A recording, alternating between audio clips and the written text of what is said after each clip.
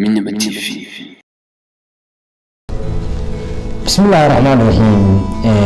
waxaan halkan maanta kusoo gudbinaynaa suugaan dabar soora. Soomaalida suugaanteeda soo taqaaniin way taalo badan tahay. waxayna ku jiraan amaba ay tahayba af Soomaaligu afafka adduunka ugu hodansan. Marka waxaan idin bilaabayaa halkii qaafiyada laga eegi jiray suugaanta xaggeeda hore sida soo kale iyo tan waa mid laga eegiyo qaafiyada xagga dambe inay ka saxan tahay oo ay isku wax kaga dhamaanayso.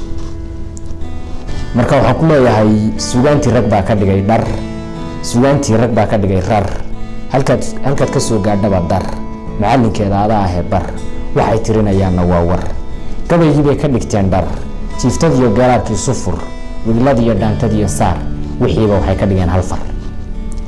waxay shaqaynayaan shar, halkay la tegayso waa naar, dabuubteedu hadda waa yur, iska daaya waxaan yar. dhowr sidiisaba waa kar, hadduu daatona waa lur, wuxuu maaha sufur, jabacad iyo weel yar. waxaan u dirayaa taar dhammaan tuugada yaryar, inagu dad baynu nahay fir, suugaanta u leh gar. intaad xadday xool samee oo hadda xarar, haddii aad tahay halabuur. bulshadayda hadda maaha sir, xogtan aan ku siiyey war, ee wax jira ee baar. midhahani waa dhabar soor, qaafiyadoodu maaha hor, khaliifkan hindisa ee qir.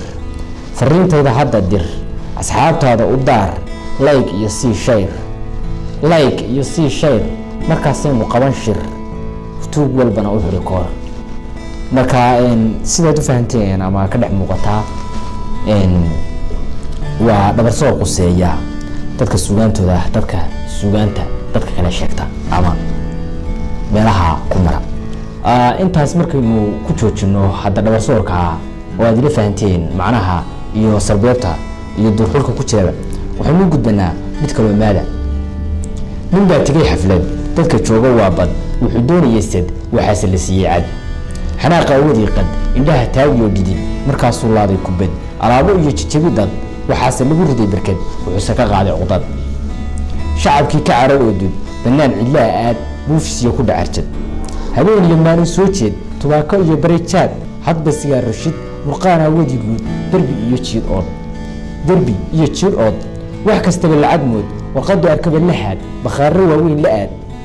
ku doonay kalluun iyo beed, wuxuuse kala kulmay laab, la jarjar sidii khudrad, hadhowna layska jiid, waxaa qaaday daad, wuxuuna saaray kaabad, halkii buu yaallay saacad. waxaa aragtay ummad, markaasay siisay dallad, isagoo la liita haraad ayuu cunay muqbad. halkaa ayay inoogu joogaysaa.